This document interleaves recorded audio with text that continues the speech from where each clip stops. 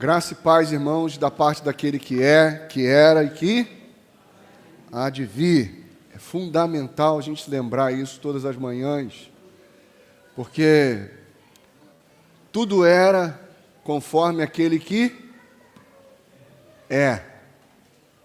E tudo que é e que era, há de vir. Há de vir.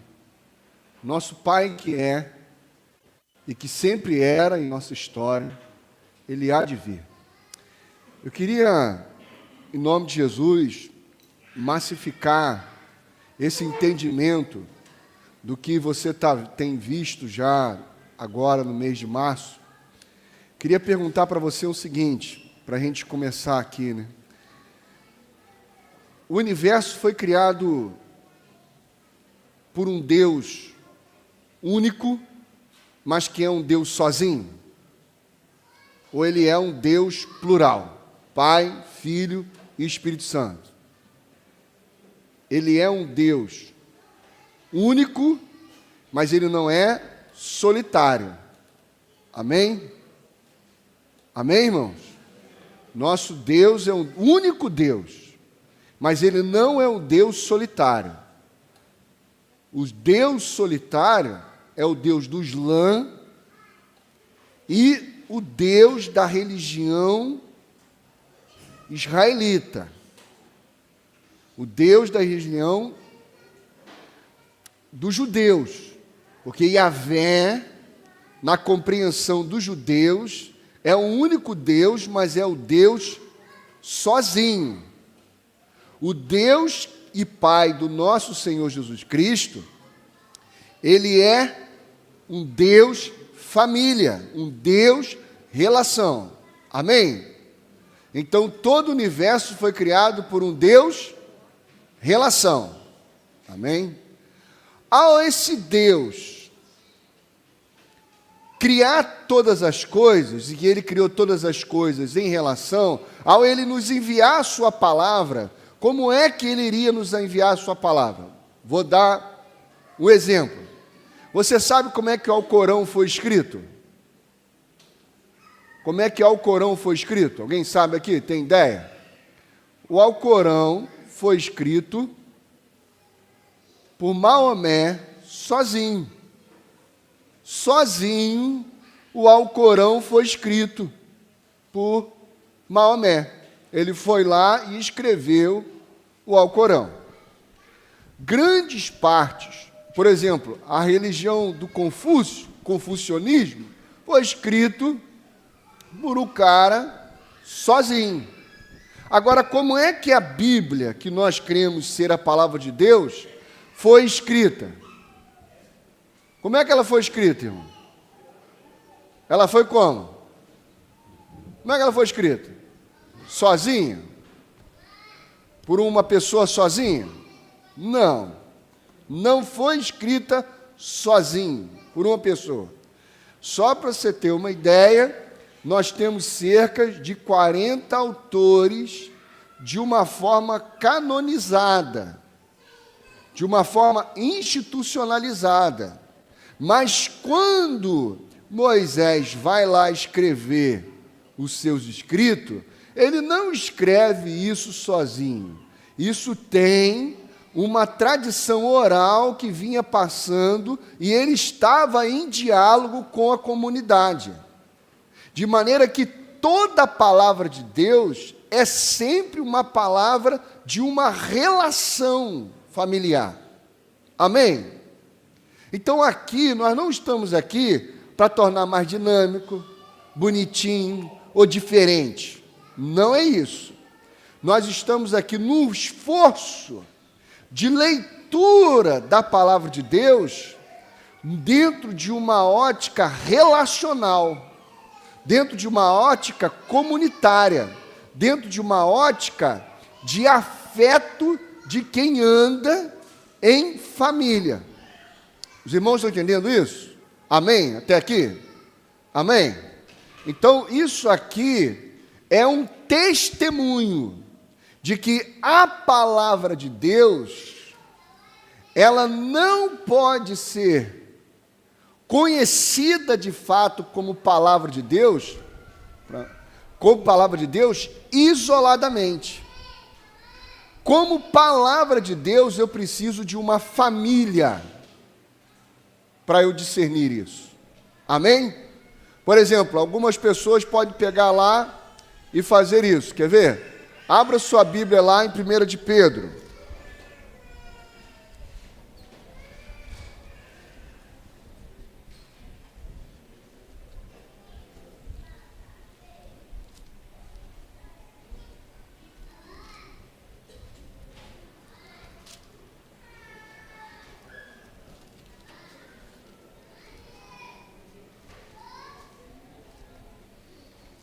Perdão, 2 Pedro. 2 Pedro, capítulo 1.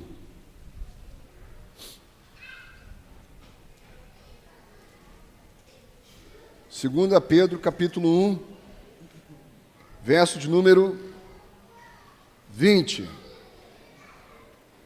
Antes de mais nada,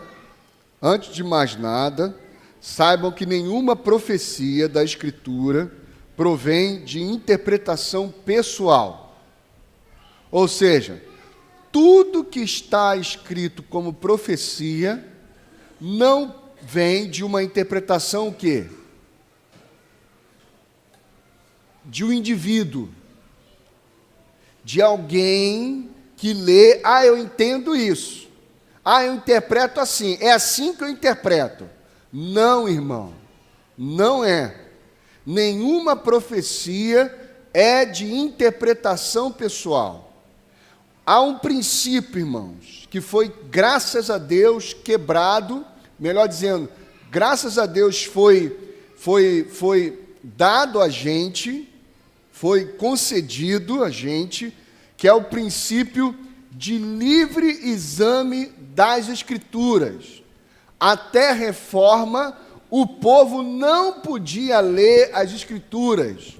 Só quem lia as Escrituras era a figura lá do padre ou do papa, e ele passava para os demais segundo a interpretação dele. Depois da reforma, houve a possibilidade da gente ter acesso à Escritura. Só que esse acesso à Escritura não significa livre interpretação das Escrituras. Amém? Os irmãos entendem isso? Entendem essa diferença? Uma coisa é eu ter acesso às Escrituras. Glória a Deus, louvado seja Deus, aleluia. Porque Deus, Ele é Pai nosso e nós podemos com ousadia entrar nos santos dos santos pelo novo e vivo caminho. Não existe mais intermediário entre nós e Deus Pai que não seja Cristo Jesus. No entanto, eu não entro lá individualmente, eu entro em família, de tal maneira que para eu discernir a palavra de Deus, eu preciso de uma comunidade. Amém? Isso precisa ser feito comunitariamente. Então, esse aqui é um testemunho de um esforço para que a gente, de fato, se sujeite ao Espírito do nosso Pai. Está escrito ali, não? Está ali? Vamos lembrar do tema aí desse ano? Vamos lá, 1, 2, 3 e já. E esse é o Espírito do nosso Pai. O Espírito do nosso Pai é um Espírito familiar. Então, mais uma vez, não tem a ver com ser mais dinâmico, não tem a ver se tu está gostando ou se você não está gostando, não estou falando isso de forma arrogante, não estou falando isso de uma forma prepotente, mas o que eu estou dizendo? Que tem a ver com o esforço de um testemunho, para que a gente leia a palavra de Deus comunitariamente. Entende? Para que, em nome de Jesus, aquilo que acontecia com os crentes de Bereia, o que os crentes de Bereia faziam? Um cara lá pregava e eles, sim. Uma pessoa ia lá e interpretava do jeito dela, sim. Não. O que os crentes de Bereia faziam? Iam lá, se voltavam para a palavra, comunitariamente para ver se de fato era assim. Amém? Só como exemplo aqui, por gentileza. Bom dia. Por exemplo, quantas vezes você já se pegou ou alguém já chegou para você e mencionou assim: poxa, eu li essa passagem e não entendi nada. Eu já li isso e não entendi nada. Ou a pessoa chegar: poxa, eu leio a Bíblia e sinceramente não entendo nada. Aí quando você está conversando, quando você está numa relação, quando você está numa comunidade e a conversa vai fluindo, a gente lê aquele versículo, a gente comenta sobre aquele versículo, aí você fica assim: poxa vida, eu não entendi esse versículo, cansei de ler, cansei de ver isso aqui, cansei de passar por aqui e nunca entendi desse jeito. Mas nessa conversa, na relação, na comunhão, aquilo ali descortinou, aquilo ali clarificou. Então, é para você ler as Escrituras, é para meditar nas Escrituras? Claro que sim. Mas isso vai se descortinando nessa comunhão, na relação, na comunidade dos afetos. É sobre isso que está sendo comentado aqui. A gente não vai entender, melhor dizendo, a gente não vai conhecer sozinhos. Sozinhos a gente vai se perder. Amém. Sozinho a gente vai para a vida aí como zumbis. Mas conhecendo o Pai, na relação, na comunhão, a gente vai cada dia mais tendo sentido para a vida. É disso que está sendo conversado aqui. Amém. Vamos orar ao Senhor, em nome de Jesus? A gente vai conversar daqui a pouco, não sobre as bases bíblicas, não é isso, mas sobre a fundamentação da palavra de Deus, sobre esse tema que a gente está conversando. Vamos orar ao Senhor? Você pode curvar suas cabeças, pode curvar sua cabeça, e nós vamos orar ao Senhor em nome de Jesus. Pai, eu quero agradecer ao Senhor por esse privilégio de estarmos numa mesa de comunhão nessa manhã. Não estamos aqui para performar, não estamos aqui para entreter, teríamos tantas coisas para estarmos entretidos durante todo esse dia, mas nós estamos aqui, ó Deus, para conhecer o Senhor, conhecer segundo a sua revelação, sermos guiados, ó Deus, segundo o soprar do seu Espírito. Então, Pai bendito, em nome de Jesus, que hoje, nessa manhã, o Senhor faça do nosso coração um solo muito fértil, faça do nosso coração aquela terra, ó Deus, extremamente produtiva, para que quando o Senhor lançar a sua semente, quando o Senhor lançar a sua palavra, ao seu tempo, ó Deus, ela possa germinar, que não seja, ó Deus, um coração duro, de chão batido, tão pisado, tão amargurado, a ponto, ó Deus, da palavra nem conseguir penetrar ali e a semente morrer nos próprios ouvidos. Senhor, que em nome de Jesus também não seja um coração espinhoso, que não seja um coração, ó Deus, cheio de cuidado com a vida, que não seja, ó Deus, um coração cheio que cede às pressões que a vida, o tempo todo, nesse sistema mundano, maligno, porque o mundo jaz no maligno, e isso vai exercer uma pressão. Nenhum filho de Deus terá dias fáceis. Todo filho de Deus que seguir a tua palavra, de fato terão dias extremamente difíceis.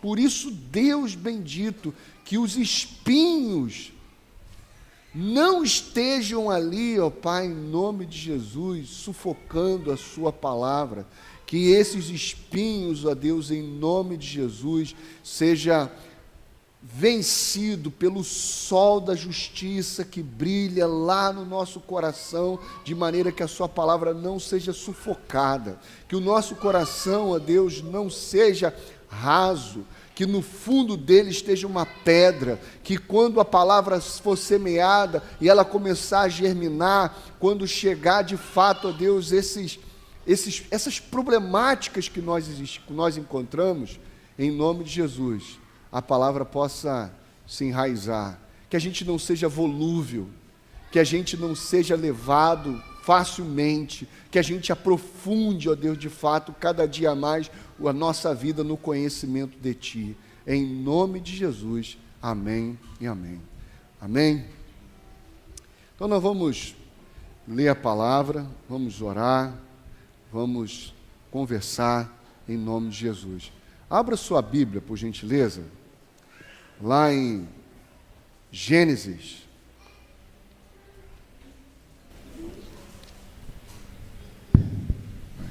Gênesis capítulo 1. Mas eu gostaria que você abrisse aí Gênesis capítulo 1, mas depois nós leremos a outra Gênesis. Nós leremos uma Gênesis ressignificada. Ou melhor, nós leremos uma Gênesis interpretada. Porque a Bíblia, ou melhor dizendo, interpretada não, traduzida. Leremos uma Gênesis traduzida. Gênesis capítulo 1, verso de número 1 ao verso de número 4. Diz assim a palavra de Deus: No princípio, criou Deus os céus e a terra. Era a terra sem forma e vazia.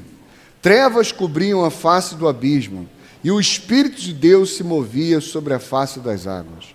Disse Deus: haja luz, e houve luz. E Deus viu que a luz era boa, e separou a luz das trevas. Amém. Agora vai lá para João, marca aí no dedinho sua Bíblia, mas vai lá para João capítulo 1.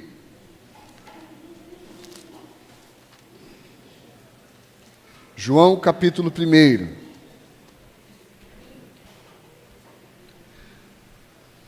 João capítulo 1. Nós leremos do verso 1 ao verso número 9.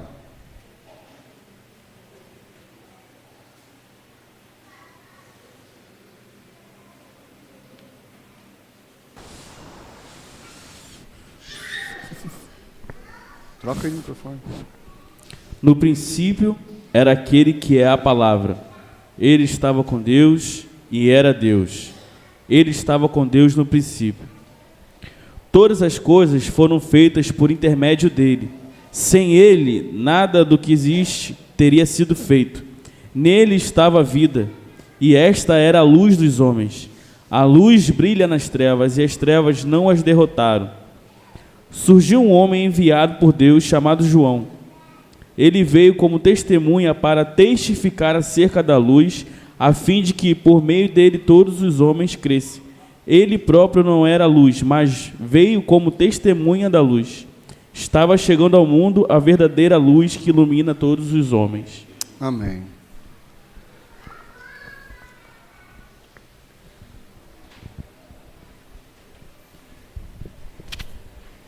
Bom, irmãos, bom dia. Eu queria fazer um resumo aqui para relembrar aquilo que a gente conversou na semana passada.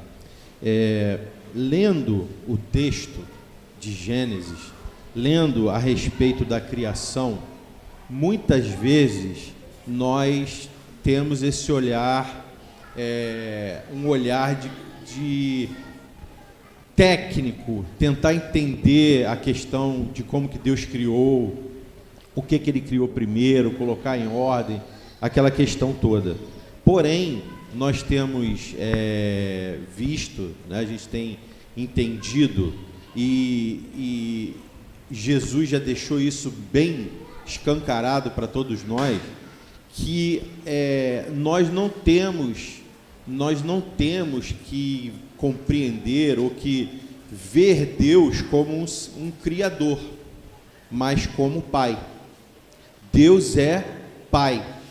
O tempo todo nós vamos ver que Ele se apresenta assim, desde lá do Antigo Testamento.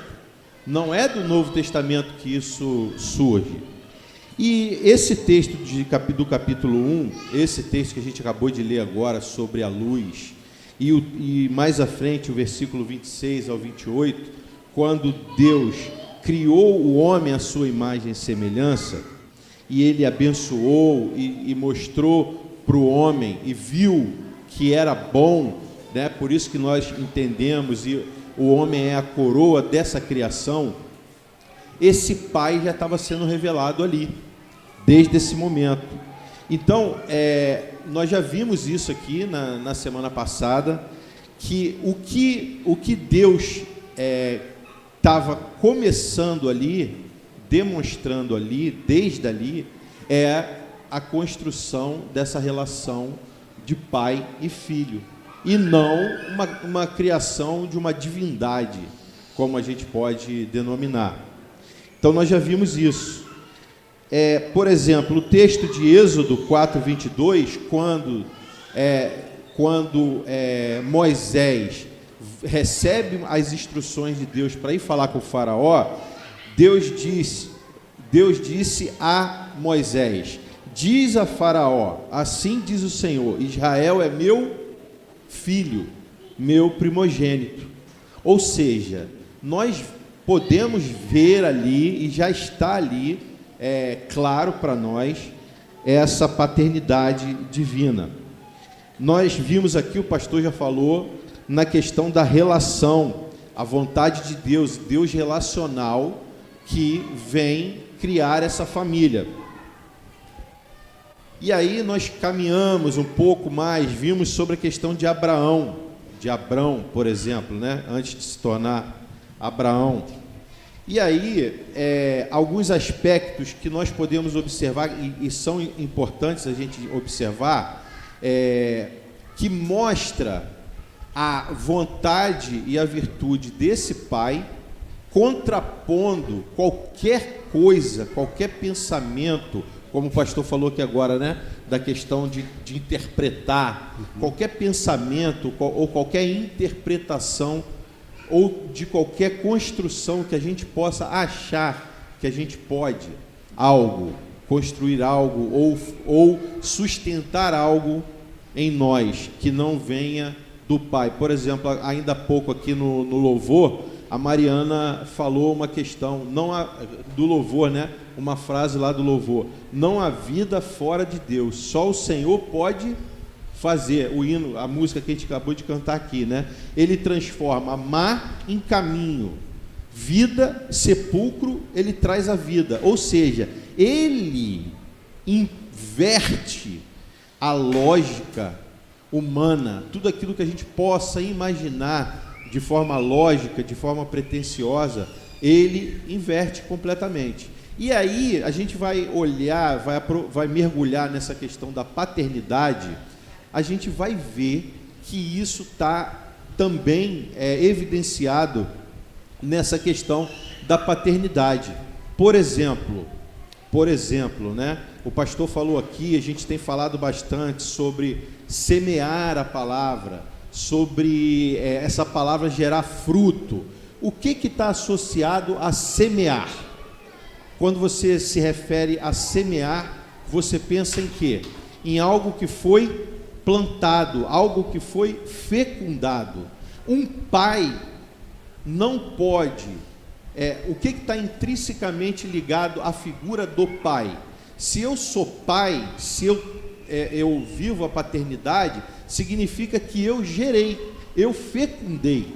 Então, esta palavra de Deus que a gente vai vendo, esse Pai Criador que a gente vê desde lá do Antigo Testamento, desde Gênesis, ele se manifestando e se colocando como Pai e não Criador. Isso é a primeira coisa que a gente precisa ter importante. Não dá mais para nós, na caminhada que nós estamos, querer ler Gênesis como um astrólogo. Isso é importante aqui o que ele está falando, que eu queria fazer um exercício com vocês aí. Pega teu dedo aí, vai em João, vai lá em 1 João e vai lá em Gênesis. Fica aí com o dedinho assim, ó, igual eu estou fazendo aqui, pá. Faz isso aí, beleza? Vamos ver como é que João traduz Gênesis 1. Ó, Gênesis 1, como é que está escrito lá Gênesis 1? O que está escrito lá? Primeira frase lá. No princípio, criou Deus os céus e a terra. Como é que sem João, presta atenção, João vai trabalhar os aspectos invisíveis, subjetivos da vida da fé. João é aquele que mais faz isso. João é aquele que mais fala desses aspectos invisíveis que fomentam e sustentam, de fato, a vida. Amém?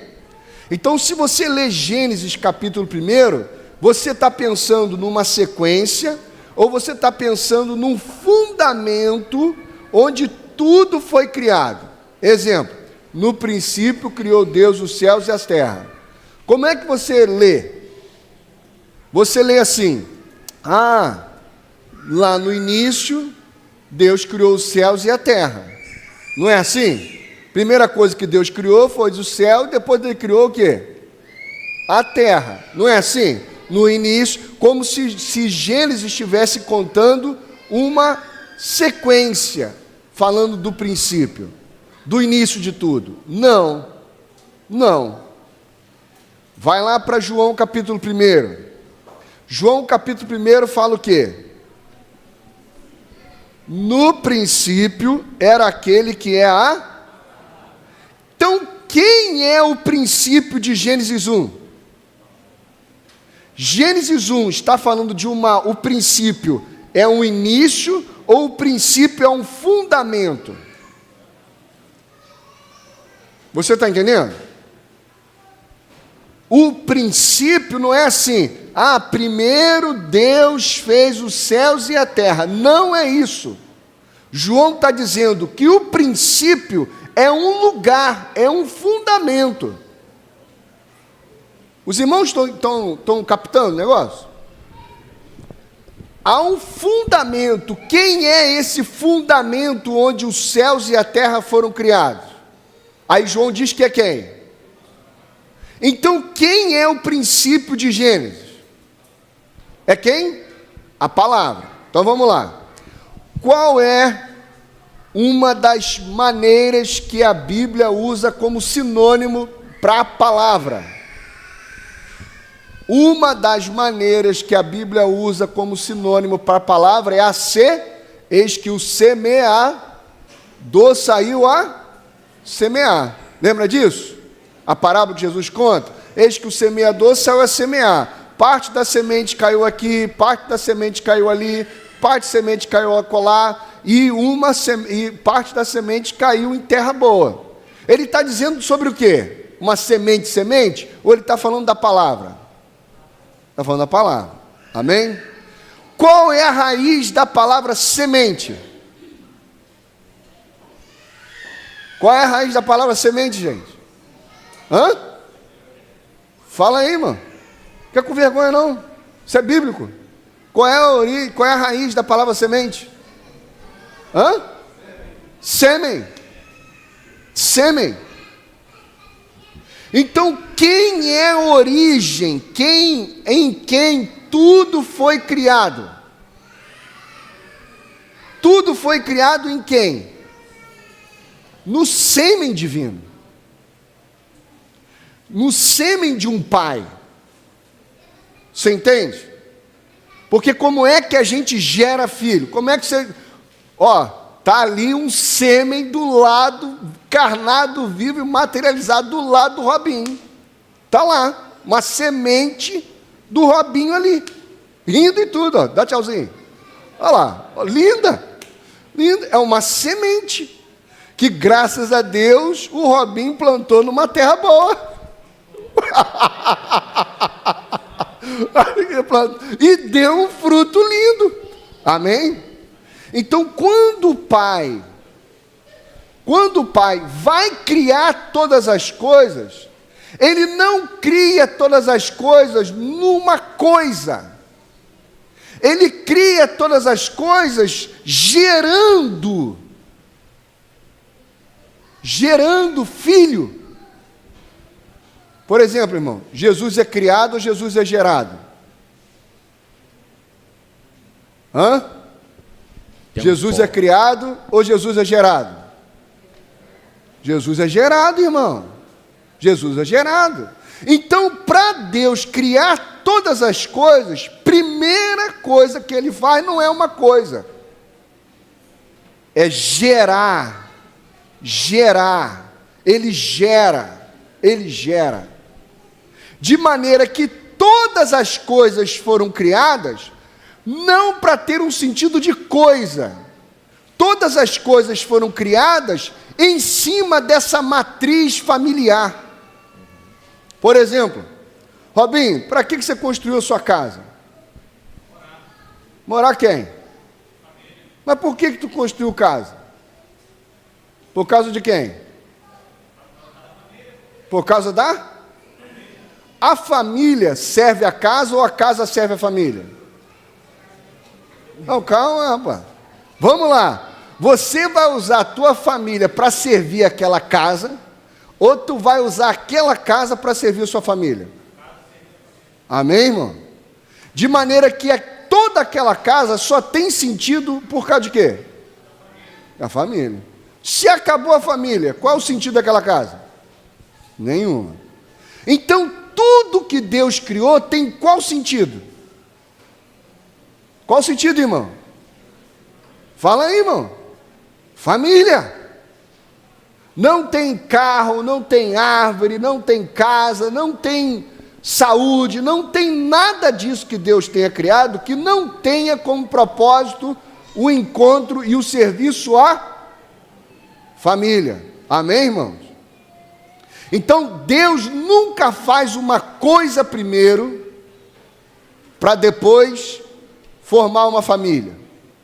Deus, que é família, gerando vida, gerando família, Ele vai e cria as coisas dentro dessa relação de família. Até aqui os irmãos estão entendendo? Amém, irmão? Então, quem é o princípio? Quem é o princípio de Gênesis? Que é quem, gente? É o Filho. É o sêmen de Deus. É o sêmen de Deus. É aquele que o Pai gerou, e gerando este Filho, Ele cria todas as coisas em cima deste Filho. Ele é o fundamento. Ele é a origem. Lembra de Colossenses? Por exemplo, abra sua Bíblia em Colossenses. Mas marca com o dedinho em João, os textos aí. Colossenses capítulo 1. Quem achou primeiro aqui, me ajuda aí. Colossenses capítulo 1, a partir do 15. O qual é a imagem do Deus invisível, o primogênito de toda a criação. Quem é o primeiro de toda a criação? Não está dizendo que Jesus está sendo criado, não. Ele está dizendo que lá na origem de toda a criação, quem está? Quem está? Quem está lá na origem de toda a criação? Cristo. Não que ele está sendo criado não, tá, irmão? Ele foi gerado e ele é o primeiro, ele é o princípio. Primeiro no sentido não de que tem o segundo, terceiro e quarto. Primeiro no sentido de princípio, de base. Vai. Porque nele foram criadas todas as coisas que há nos céus e na terra, visíveis e invisíveis. Onde foi criado todas as coisas? Onde foi criado todas as coisas, gente? Na família. No Filho, que veio representar e manifestar a família. De maneira que todas as coisas estão lá fundamentadas na família, de maneira que não existe nada na terra que não seja fundamentada na família, de maneira que todas as coisas começaram na família e vão terminar em família. Deus não está criando nada para as coisas darem certo ou ficarem bonitinhas. Todas as coisas estão sendo criadas por Deus no princípio de família e que vai terminar em família. Amém, irmãos? Amém? Vai lá, continua, por favor. Bom, olha só, deu nó na cabeça. Eu acredito que deu um nó na cabeça. Sabe por que eu acredito que deu? porque não é exclusividade minha nem sua, o nó. Por exemplo, quem foi o primeiro que deu um nó na cabeça? Abrão. Deus chama ele e fala: eu vou te fazer pai de uma grande, você vai ser filho de uma multidão. Ele fala: pô, calma aí, pô, eu tô com 75. A coroa também está no texto lá de Gênesis 18, quando eles são avisados que Sara vai engravidar, Sarai vai engravidar. Ela ri. E o texto lá do original lá vai dizer que ela, sabe o que ela, quando ela riu, sabe o que ela quis dizer? Como assim eu vou ter uma filha se eu já sou murcha? Filho. Como assim eu vou ter um filho se eu já sou murcha? Tá entendendo? Olha só, deu um nó na cabeça dele. Como assim eu vou ter um filho, vou ser pai? Aí ele pensou no quê? Na carne. Aí a gente sabe da história que ele tentou fazer lá a descendência do escravo, depois ele tentou lá, a Sarai fez lá um trato com ele para gerou Ismael, e aí, não, vocês não estão entendendo. E aí o que acontece? Não vem da capacidade dele, de homem, da carne, gerar um filho. E aí vem da capacidade de quem? Vem da capacidade de Deus. Então Deus está mostrando ali quem é que gera a vida, quem sustenta a vida. Não é você, Abraão. Primeiro nó. Aí vamos dar um salto ornamental, como o pastor fala, vamos dar um salto ornamental. Aí você vai lá em João, Nicodemos procura Jesus na calada da noite. Nicodemos era o quê? Um cara entendido do tecniquez ali. Ele poderia explicar muito bem, entre aspas, Gênesis, né, pastor? Nicodemos era o cara, príncipe lá. Ele vai procurar Jesus e fala assim: não estou entendendo, o senhor está falando essas coisas aí, eu tenho certeza que isso aí é de Deus, mas como assim eu tenho que nascer de novo? Nicodemos deu o que na cabeça? Porque Jesus estava falando para ele de quê? De gerar vida, de um novo nascimento, de ter sido gerado e se encontrar nele, e não na geração daquela mesma que o Abrão se confundiu. E aí, olha só, mais adiante, outro nó na cabeça, Zacarias e Isabel. Quando o anjo aparece para Zacarias e diz que suas orações foram ouvidas, a sua mulher vai engravidar, o que teve que acontecer com Zacarias? Ficou mudo, porque não... O que o texto fala? O texto lá de Lucas, no capítulo 1. O anjo Gabriel falou: agora você vai ficar mudinho até a criança nascer. Por quê? Porque ele não conseguia captar, ele não conseguiu crer que era possível Isabel gerar o quê? Filho. Porque ele estava pensando que como que gera filho? Na carne. E aí a gente chega em José e Maria. O que aconteceu com eles também? Estão percebendo? Estão percebendo como é que Deus inverte a lógica totalmente? Ele gera vida aonde não se pode, ou não se alguém acha que não é possível, e aonde a pessoa acha que vai conseguir fazer por algo independente dele, fora dele, não acontece. Estão percebendo isso? Então, o que a gente está falando aqui? Qual é o centro da nossa conversa aqui? A paternidade. Deus é um pai gerador. Ele gera essa semente, esse sêmen divino que foi colocado, que gerou o filho dele, não precisou de uma figura masculina ali fazendo o papel para ter que criar, fecundar Maria. Gerar. Para gerar. Então, isso ele provê, o próprio Deus provê. E aí vem uma outra questão que destacou se destacou enquanto a gente estava fazendo essa leitura, enquanto a gente estava fazendo esse estudo, que é o seguinte: quando a gente vai ler lá em Gênesis 38, vamos abrir aqui para a gente dar uma conferida. Ô Elton, só enquanto você está abrindo aí, você falou do nó, né? Do nó que pode dar na nossa cabeça. Por exemplo, por que também pode dar um nó na nossa cabeça aí? Quando o pastor falou do verbo, da palavra, todo mundo respondeu logo de pronto. Mas quando o pastor falou sobre a questão da raiz da palavra semente, travou. Só acho que um ou dois aí, meia hora depois, falou do sêmen. Por quê? Você pode olhar, quando a gente vai conversar sobre o assunto, você olha que os próprios autores bíblicos, eles parece assim que não captaram muito isso também. A Bíblia vai falar, quando usa a palavra semente, vai falar sempre de semente como semente das frutas, semente das árvores, semente da questão biológica. E isso está entranhado na nossa mente, porque, por exemplo, no nosso caso, não estou falando aqui de religião, estou falando só para uma situação.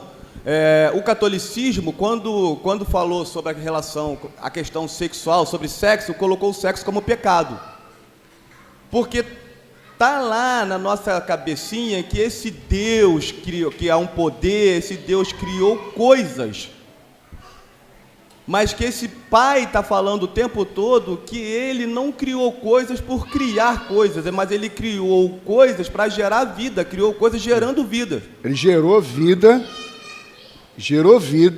e em cima dessa vida que ele gerou, as coisas foram criadas, tanto no céu quanto na terra. E essas coisas que foram geradas, foram criadas gerando vidas. Não foi para parar ali.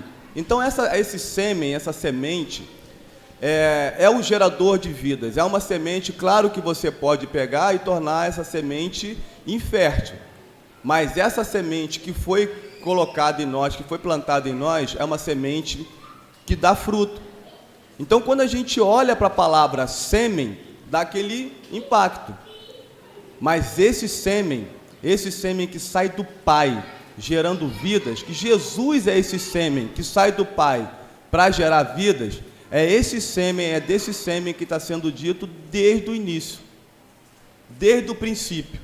Esse início, esse princípio não significa algo que vai dar continuidade, é o princípio como aquilo que fundamenta todas as coisas. Amém.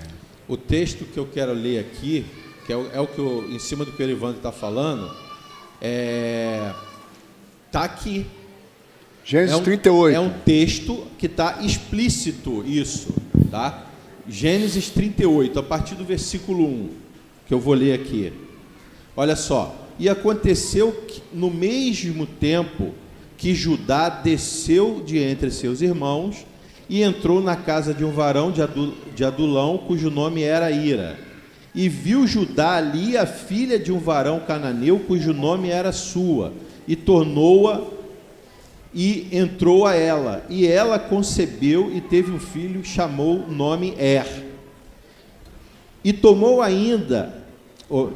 e tornou a conceber e teve um outro filho que chamou de Onã, e continuou ainda e teve outro filho e chamou de Selá, e ele estava em Quezibe quando ela o teve. Judá tomou uma mulher para o seu primogênito, e o seu nome era Tamar. Porém, primogênito de Judá, era mau aos olhos do Senhor, pelo que o Senhor o matou. Então disse Judá a Onã: entra a mulher do teu irmão e casa-te com ela, e suscita semente a teu irmão. Onã, porém, soube que esta semente não havia de ser para ele. E aconteceu que, quando entrava a mulher do seu irmão, derramava na terra, para não dar semente a seu irmão. Estão entendendo o que o texto está falando aqui? O texto está falando claramente. O filho de Judá, morreu. E aí ele convoca o outro filho, Onã, e fala: casa com a mulher do teu irmão, porque eles não tiveram filhos.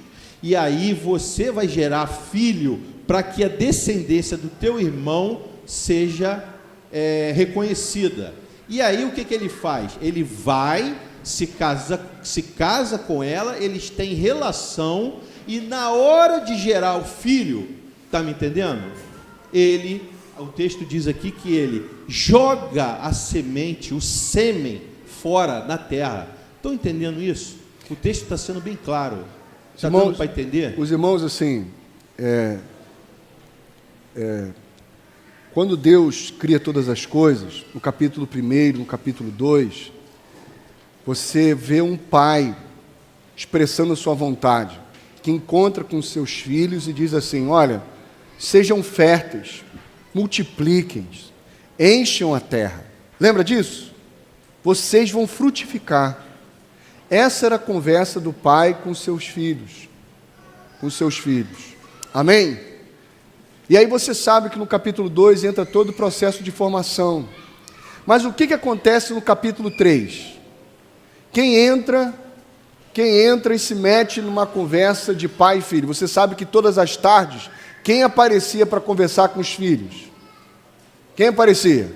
O pai, lembra disso? Que todas as tardes o pai aparecia para conversar com o filho. Mas quem entra lá e se mete num assunto de família? Um outro filho ou um servo? Quem entra lá no jardim? Um outro filho ou um servo? O que os anjos são, irmão? Os anjos são filhos ou são servos? Fala aí, irmão, fica assim. Os anjos são filhos ou são servos? Os anjos são servos. Os anjos não são filhos. Servo entende de assunto de família? Entende ou não, irmão? Não. Servo não entende de assunto de família. O que todo servo quer ser diante do seu Senhor?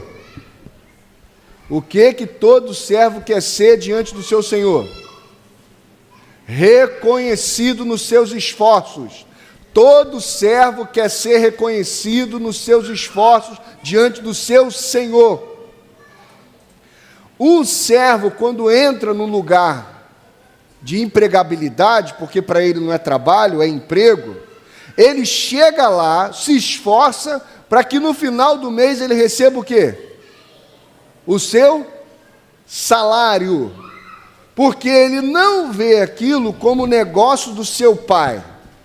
Ele não se vê como herdeiro. Ele se vê como um empregado diante do empregador, onde ele vai se esforçar para ter o que ele o quê? Fez por merecer. Até aqui os irmãos estão entendendo? Até aqui os irmãos estão entendendo? Quando o pai chegou para os filhos, falou assim: vocês são férteis, vocês multipliquem, vocês encham a terra, vocês frutifiquem. Quem lembra disso daí, irmão? Essa conversa do nosso pai com os seus filhos. Amém? O pessoal lembra disso ou não? Todo mundo lembra? Só que quando entra um servo, inverte a ordem. O servo diz e fala o quê? Não, vocês não são imagem e semelhança de Deus. O pai dizia: vocês vão fazer porque vocês são.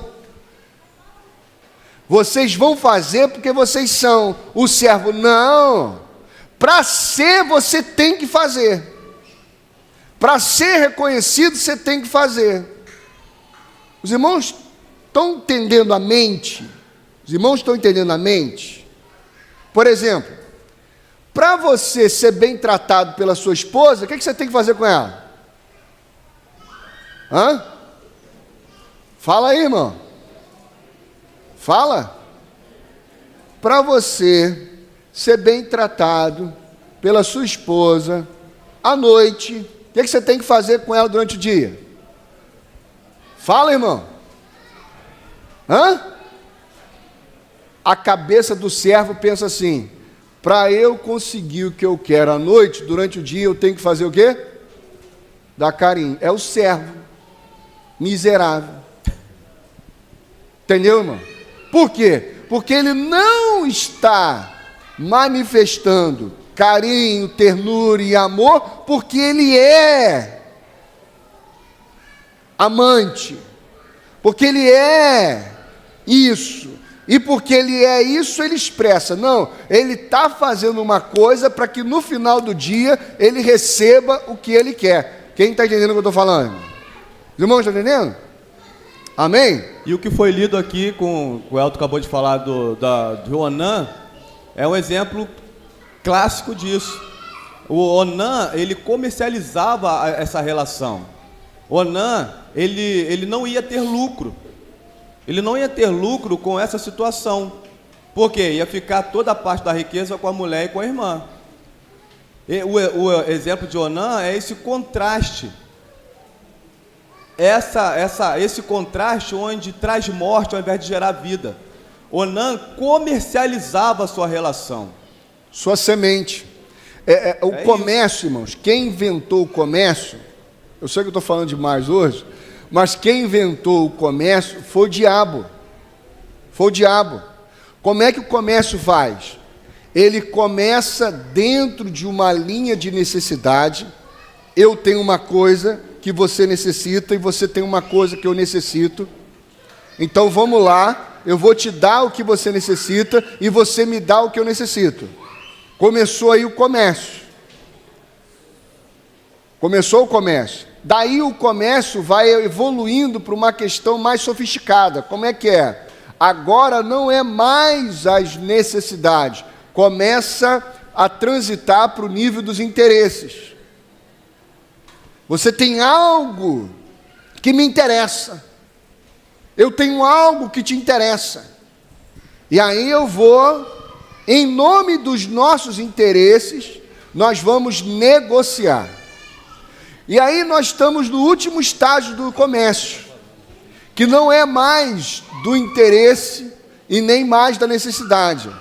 Nós estamos no último nível do comércio. Qual é o último nível do comércio, irmão? Qual você acha que é o último nível do comércio? Vamos lá. O que há no mundo? O que há no mundo? Concupiscência da carne. Concupiscência da carne. Vamos lá. Quem lembra aí? Vamos lá, abre João aí, irmão. Abre João. 1 João. Acha aí no texto bíblico aí, por gentileza. Quem achar mais rápido que eu aí. Não ameis o mundo, nem o que há no mundo. O endereço está esse mesmo, 1 João, é. Não, às vezes bota no celular aí. Não ameis o mundo, nem o que há no mundo. Quem achar aí também mais rápido que eu, pode ir. Vamos lá, 1 João, capítulo 2, parte do 15. 1 João, capítulo 2, parte do 15. Não amem o mundo, nem o que há nele. Se alguém ama o mundo, o amor do Pai, o amor do não está nele. Pois, vamos lá, o que há no mundo? O que há no mundo é comércio. E quem inventou o comércio? O diabo, certo? Porque o diabo tem uma cabeça de filho e uma cabeça de servo, certo? E o que o servo quer ser o tempo todo? Reconhecido nos seus esforços. O servo quer fazer as coisas certas para que no final ele seja reconhecido. Este é o servo. Vai. Logo, o amor do Pai não está nele. Por que o amor do Pai não está nele? Porque ele não está fazendo porque é um filho.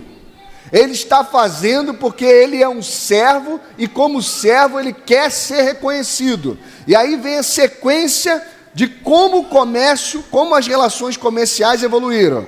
Verso número 16. Vamos ler. Porque tudo que há no mundo, a concupiscência da carne, a concupiscência... O que há no mundo? Primeiro a concupiscência da carne. Eu tenho uma necessidade, Você tem uma necessidade, você tem algo que eu necessito, que eu preciso, e eu tenho algo que você precisa. Então nós vamos, mas o tempo todo eu não estou me relacionando como irmão. Eu estou em cima do quê? De uma necessidade. Entende, irmão? Por exemplo, comer é uma necessidade ou o encontro é uma necessidade? A gente come como quem pensa na barriga ou a gente come como quem pensa no encontro? Hein, irmão? Vamos lá, irmão. Quando você ora agradecendo a Deus pelo alimento ou você ora agradecendo a Deus pelas pessoas com quem você está partilhando aquele alimento? Fala, irmão.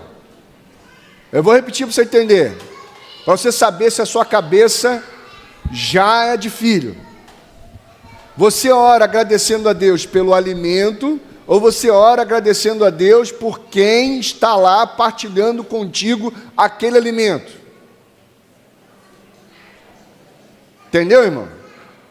Você entendeu? Porque se você ora agradecendo a Deus pelo alimento, em quem você está pensando?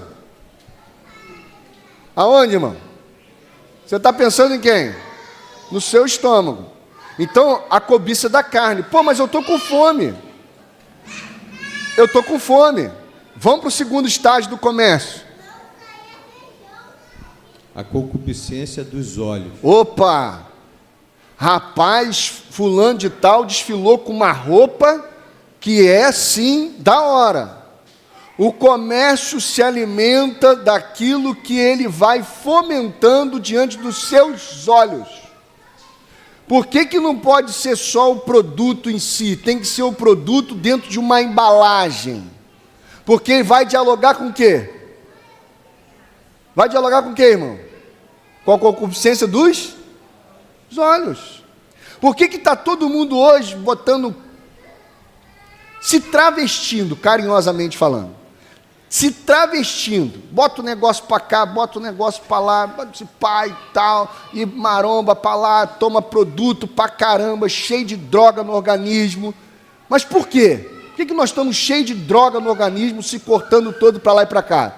Porque nós temos que dialogar com o quê? Com o quê, irmão? Com a concupiscência dos olhos. Comércio. E qual é o último estágio que nós já estamos dentro do comércio? Qual é, irmão? Está aí? Soberba da vida. Soberba da vida. Nós estamos comprando, vendendo e consumindo porque nos achamos o quê? Deuses. Deuses. Eu mereço, eu posso, eu tenho dinheiro para isso, então eu vou fazer.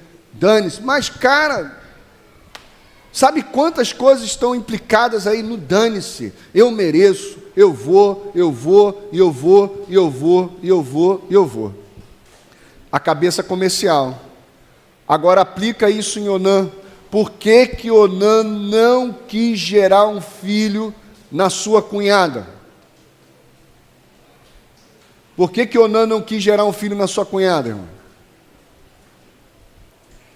Por quê, irmão? Porque seria mais um para partilhar a herança. Para a gente fazer a aplicação aqui no final, por causa da hora. Posso terminar? Pode. Eu queria só apontar amém. uma coisa antes. Talvez você está se perguntando por que a gente está falando sobre isso aqui. Qual é a aplicação prática, como o pastor gosta, qual é a aplicação prática da sua vida? Se a gente for reparar nos exemplos que foram dados aqui, sobre Abrão, sobre, mais quem que você falou? Onã, Nicodemos. Qual foi a primeira atitude de todo mundo ali sempre? Zacarias. Qual foi a primeira atitude? Deus falou uma coisa. A primeira reação da pessoa era o quê? Presta atenção, irmão. Deus falou. Não tinha dúvida. Deus falou. Mas qual era o passo seguinte? Eu vou dar meu jeito. Eu não me sujeito.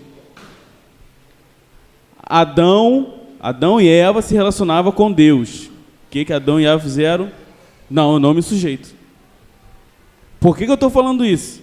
Porque para mim a conversa com Jesus e Nicodemos assim, ficou mais clara ainda, e se os irmãos puderem assistir The Chosen, ajuda muito a gente às vezes visualizar e a memorizar e entender algumas coisas.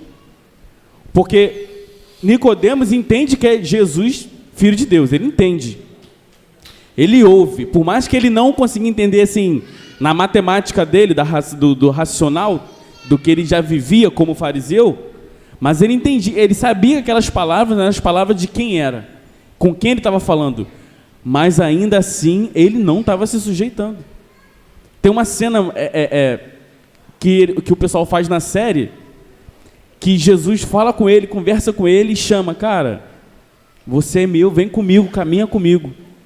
E aí o interessante é que está Jesus com os discípulos, eles estão se preparando para poder sair da cidade de Cafarnaum, e está Nicodemos escondido por trás assim na parede, observando, chorando, gritando, e mesmo assim ele não faz o quê?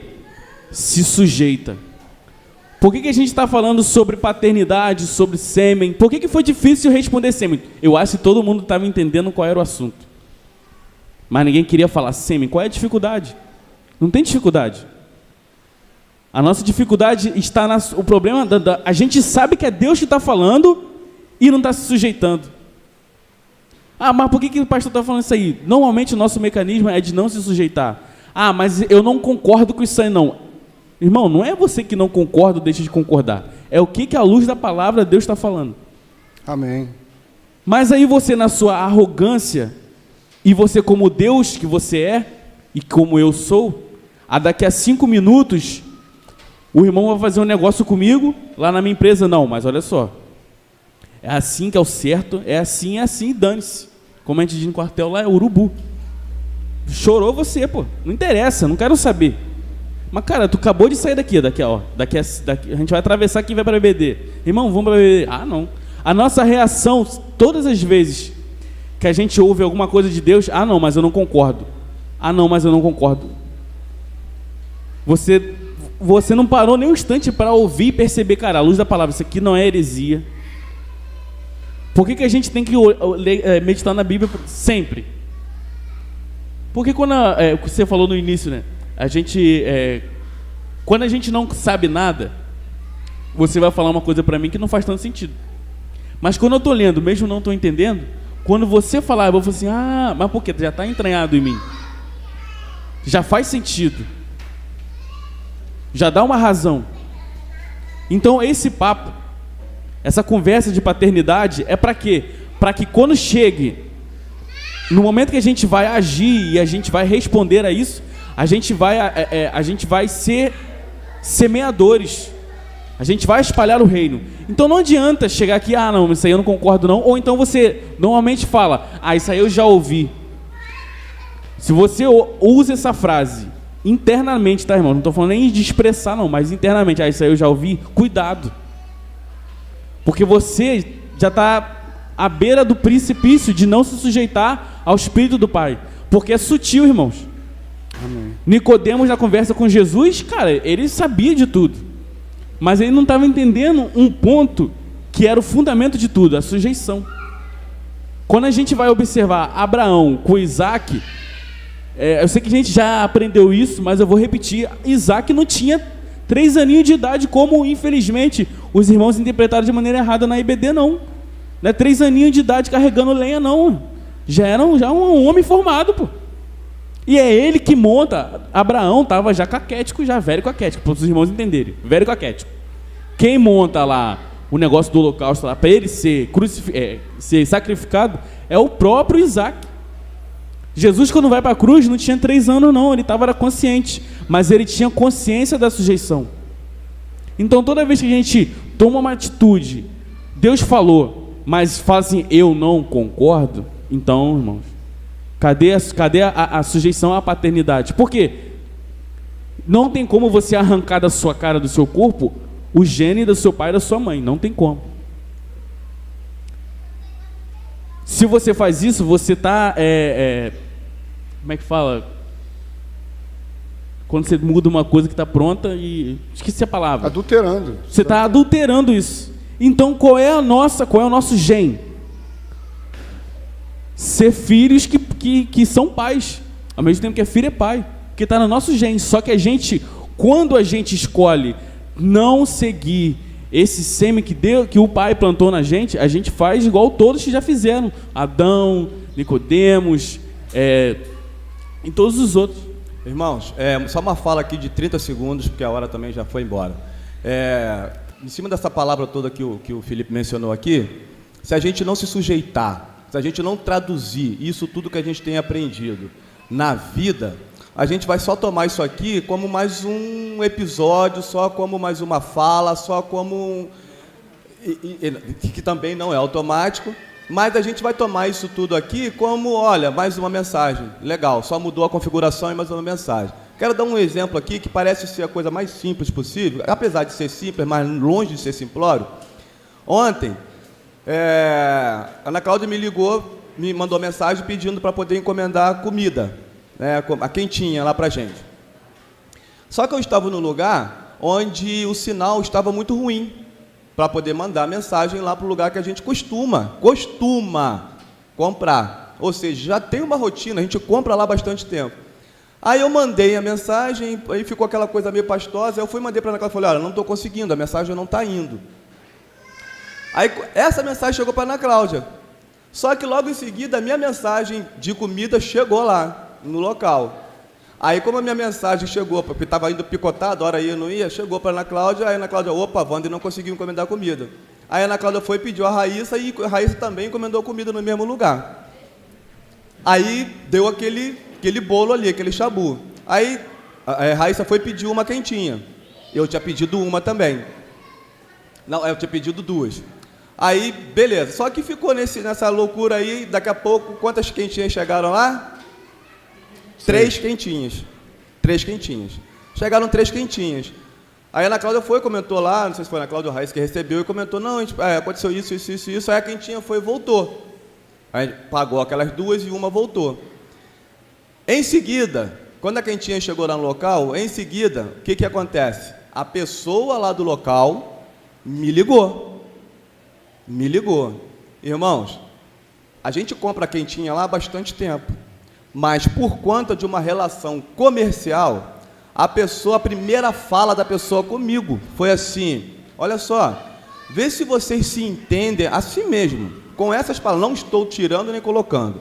Vê se vocês se entendem aí, da próxima vez que você pedir comida, para não acontecer o que aconteceu hoje.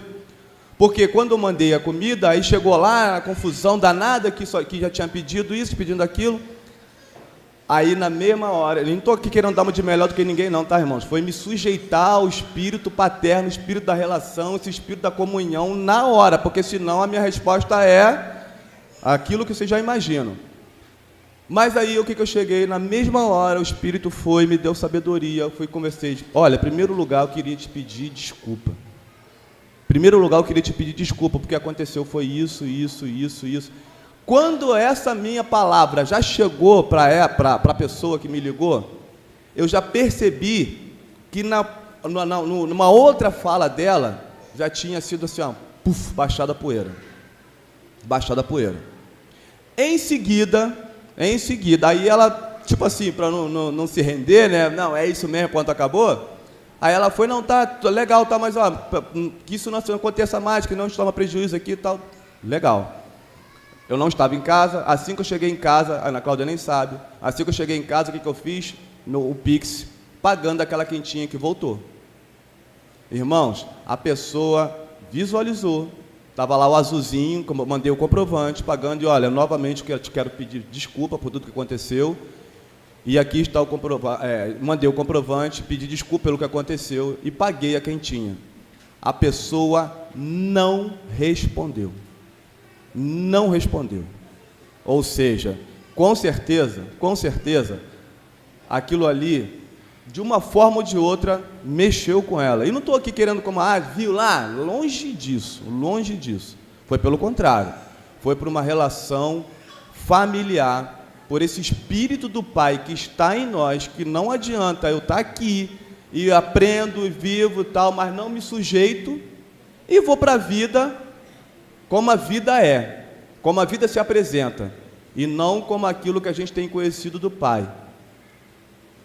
Amém? Amém. Amém, irmãos. Bênção. Vamos orar ao Senhor. Vamos orar ao Senhor em nome de Jesus. Pai, obrigado por sua palavra. Que o teu Espírito Santo possa solidificar e dar clareza aos nossos corações. Pai, em nome de Jesus, que o teu Espírito familiar, que o teu Espírito paterno, um dia o Senhor nos engravidou de Cristo. O Senhor colocou, Deus, por meio do teu Espírito Santo, a semente da tua palavra, o sêmen da tua palavra. Que ele cresça e que a gente diminua. Que ele cresça dentro de nós. Que essa nova natureza que opera dentro do nosso coração transforme a nossa maneira de pensar, essa maneira de pensar servil, essa maneira de pensar escrava, essa maneira de pensar meritocrática, vitimista, essa maneira de pensar cheio de expectativas e presunções, para uma maneira de pensar nova, uma maneira de quem sabe que é filho do Deus Altíssimo, que foi colocado dentro dele natureza do seu Pai, é um príncipe, e porque é um príncipe, está aqui para manifestar a responsabilidade que tem com o mundo, com a vida. Pai, em nome de Jesus, que o teu Espírito Santo flua através de cada um de nós e faça dentro de nós o Cristo crescer, para a honra e glória de Cristo Jesus. Pois assim como Maria um dia foi engravidada pelo Espírito Santo do teu Filho, nós também estamos grávidos de Cristo Jesus. E Ele está crescendo dentro de nós. Que esse menino cresça em graça, conhecimento, sabedoria, diante de Deus e diante dos homens, para que a gente, cada dia mais, adultos, possamos caminhar em direção à cruz, porque é naquele lugar que a gente revela a sujeição ao Pai, o amor ao Deus Pai e o amor aos nossos irmãos. Em nome de Jesus, amém e amém. Dê um abraço apertado no pessoal. Irmãos, só um detalhe aqui. Nós vamos continuar comprando a quentinha no mesmo lugar. E agora, Amém. mais do que nunca, eu quero fazer amizade com essa pessoa que aconteceu esse fato aí. Amém. Amém, irmão.